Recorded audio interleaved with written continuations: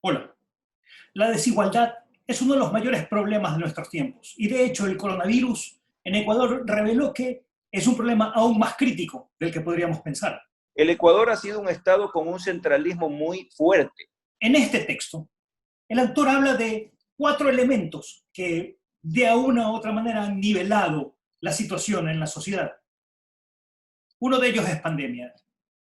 Las guerras es otro, las revoluciones y las caídas de los imperios. Pero al final del día, olvidamos las lecciones de la historia. De hecho, alguien dijo alguna vez que no hay nada nuevo bajo el sol, solo la historia que no conocemos. Así que hoy, en Bank, hablemos de desigualdad y hablemos de un mecanismo para evitarlo.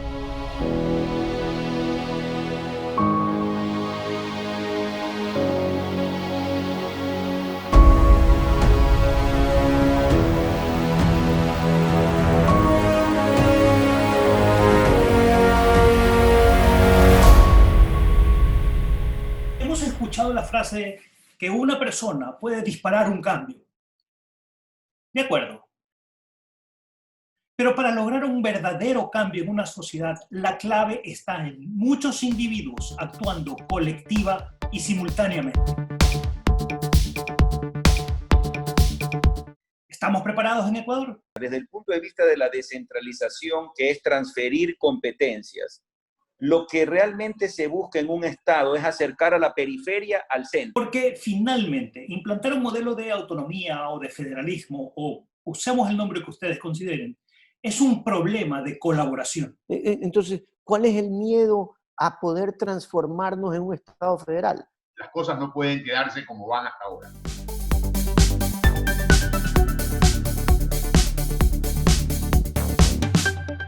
Estadísticamente hablando, hay cómo probar que hay mucha inequidad en el manejo de los recursos per cápita o capitación que se llama, porque es cuestión de ver lo que en el Instituto de Estadísticas y Censos, ver lo que se invierte por provincia y por cantón, y se puede ver claramente que un niño de una provincia recibe menos de que otra provincia, y usualmente son las provincias de Guayas, del Oro, de Los Ríos, las que reciben menos con relación a otras provincias como Pichincha, Azuay, etc. Entonces, ojo, esto no es solamente un tema contra Guayaquil, y eso quiero que entenderlo.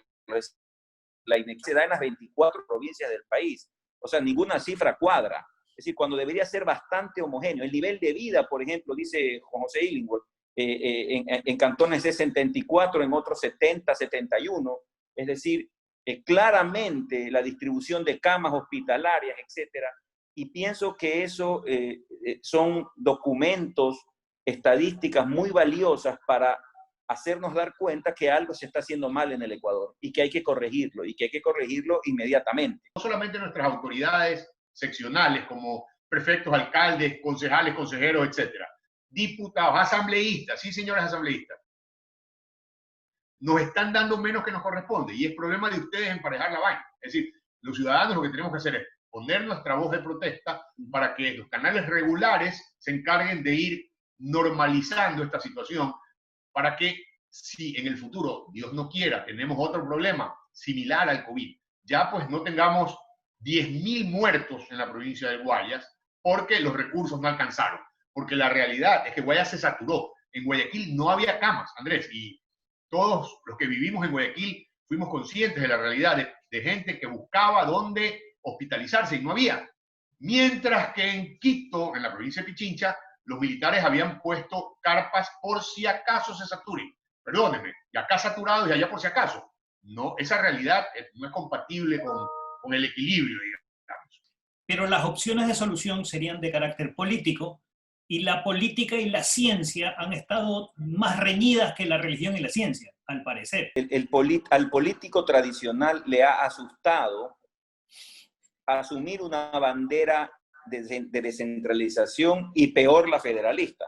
Es decir, primero porque se parte de una vieja tradición colonial, de vieja data, que incluso está documentada en Quito, en muchos libros de historia política y jurídica, de hacernos creer a los ecuatorianos que el federalismo es una mala palabra, de que el federalismo es separatismo, de que el federalismo es secesionismo.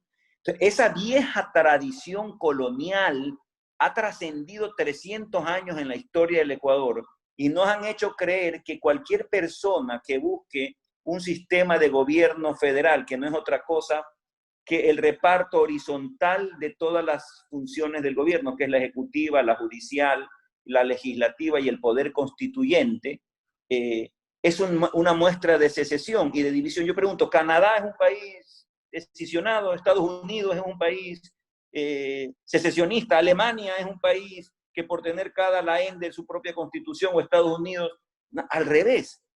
El hecho de que cada estado pueda tener su propia legislación y sus propios hechos que diferencian de otras comunidades u otros estados es lo que fortalece una nación. Inclusive, una propuesta así, al contrario de lo que la gente piensa, le daría más estabilidad al gobierno central. Y la gran debilidad de los estados unitarios es tener un solo cuerpo jurídico vertical, ¿no? Que es el Estado central, la Constitución, el Código Civil, el Código de Comercio, el Código Mercantil, etcétera, y no hay forma humana de que existan otras leyes en los otros estados.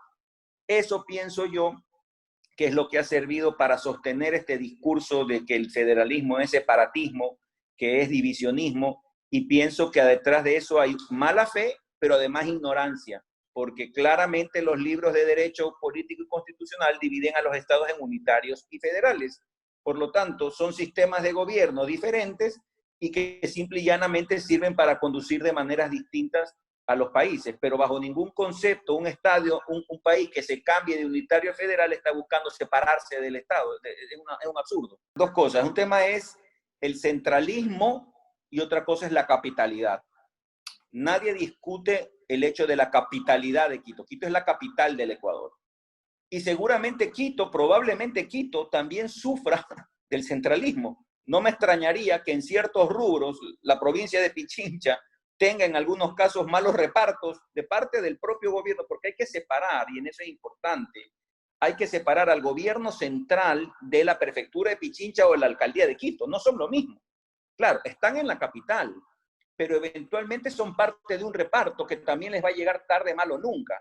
Lo que demuestran las cifras, eso sí es que coincidentalmente a Quito sí se le depositan a tiempo los valores mensuales, las cifras en salud, educación y seguridad misteriosamente están mejores en Pichincha que en la mayoría de las provincias del país, con lo cual esa cercanía del gobierno central a Quito hace presumir que Quito tiene cierta ventaja comparativa con el resto de cantones y provincias del país. El centralismo existe en todas las capas.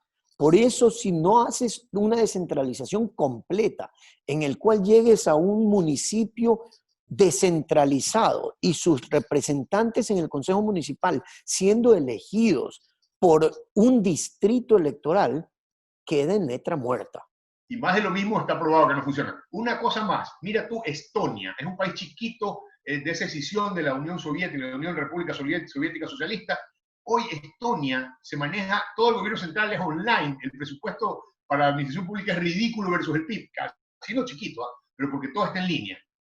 Aquí en línea significa un mes de trámite, en línea. Yo acabo de hacer un trámite en la Seguridad Social, en línea, porque solo podías en línea. Me demoré un mes. Estamos equivocados. Esa situación que es el centralismo, que es el manejo injusto y inequitativo de la cuenta única del Tesoro, que es la que debe cambiar. A priori, en principio, con una primera reforma constitucional, que no sea una asamblea constituyente, sino una consulta popular, para finalmente acabar con la dictadura de la cuenta única del Tesoro y que las asignaciones presupuestarias que son directas y que no se pueden tocar, sean directas, sean oportunas, sean mensuales y que no sean susceptibles de manoseo. Y ya un segundo paso, que sería buscar una alternativa de reforma constitucional mucho más profunda, probablemente a través de una Asamblea Nacional Constituyente, la que nos llevaría hacia ese último peldaño que es el Estado federal. Entonces, ¿hasta cuándo esperamos? La única diferencia va a ser que ahora el responsable de las necesidades básicas del ciudadano esté en tu misma ciudad.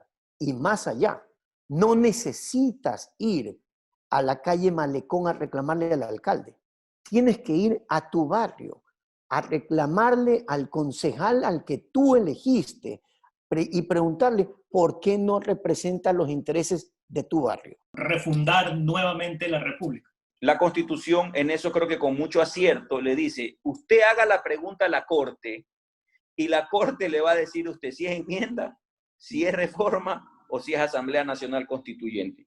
Yo me atrevería a pensar que una reforma de un Estado unitario a federal pudiera pasar por reforma o por enmienda, pero sinceramente he leído unos últimos fallos de la Corte Constitucional y es posible que no se necesite de una Asamblea Nacional Constituyente para pasar de Estado unitario a federal, sino de una reforma. Pero bueno, ya eso dependerá de lo que decida la Corte.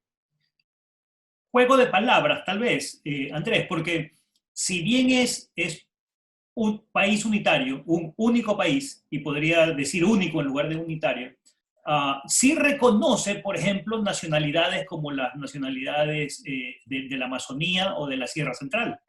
Entonces, dentro de ese mismo país hay el reconocimiento de nacionalidades. Estoy haciendo un estudio que tiene esa transición del Estado regional hacia el Estado federal. Me encontré con un artículo del profesor y doctor Ramiro Ávila Santamaría, actual miembro de la Corte Constitucional, que justamente hace ese análisis que tú estás haciendo referencia de esta plurinacionalidad de la que goza el Ecuador, y con mucho agrado, debo decirlo, él asocia esta plurinacionalidad ecuatoriana a un Estado federal. Me quedé gratamente sorprendido porque él dice que esta plurinacionalidad dentro de un Estado unitario no se terminaría de entender o de configurar. La mayoría de los países que más progreso tienen son estados federales. Siendo así, hay muchos beneficios, muchas ventajas para los ciudadanos, sobre todo el que existiese un modelo de federalismo implantado en el Ecuador como modelo de administración de la cosa pública. Entonces creo que son muchos los elementos que si tú los vas poniendo en la balanza, el poder manejar tus propios tributos, el poder generar tus propias competencias, el poder atajar de forma más rápida y oportuna la corrupción, sin duda son condiciones que a mí sinceramente me hacen pensar que cada día más las condiciones están dadas para el cambio de modelo, que por favor, no tiene que ser federalismo. El federalismo tiene el federalismo suizo, alemán, canadiense, estadounidense, mexicano, argentino, brasilero. Cada estado federal tiene su propia forma de manejarse. A ver, hay conceptos básicos en el federalismo. Lo que digo es que quizás en su momento habrá que quitarle esa palabra que aquí en el Ecuador es mala palabra, que es federalismo. Aquí lo que se necesita es dotarle a las comunidades o estados que se conformen un grado de autonomía política, que puedan dictar sus propias leyes, que puedan manejar sus propios recursos y que no dependan del clic de un señor de la cuenta única del Tesoro.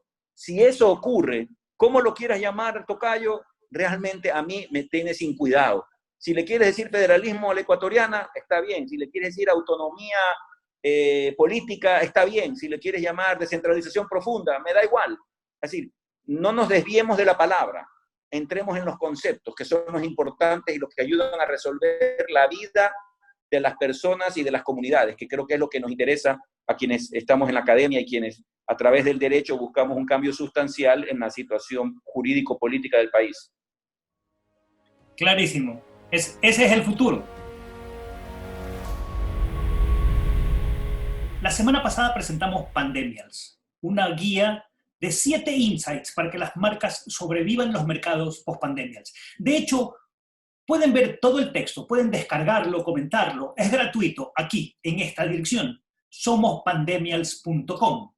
Pues bien, recibo la llamada telefónica de José Javier Guarderas, gerente de San Vito, y me dice: Andrés, en tu texto no veo sostenibilidad. Este es un tema para la próxima semana. Aquí en Bank vamos a conversar sobre Pandemials y la sostenibilidad. No olviden suscribirse al canal. Nos escuchamos, nos vemos la próxima semana.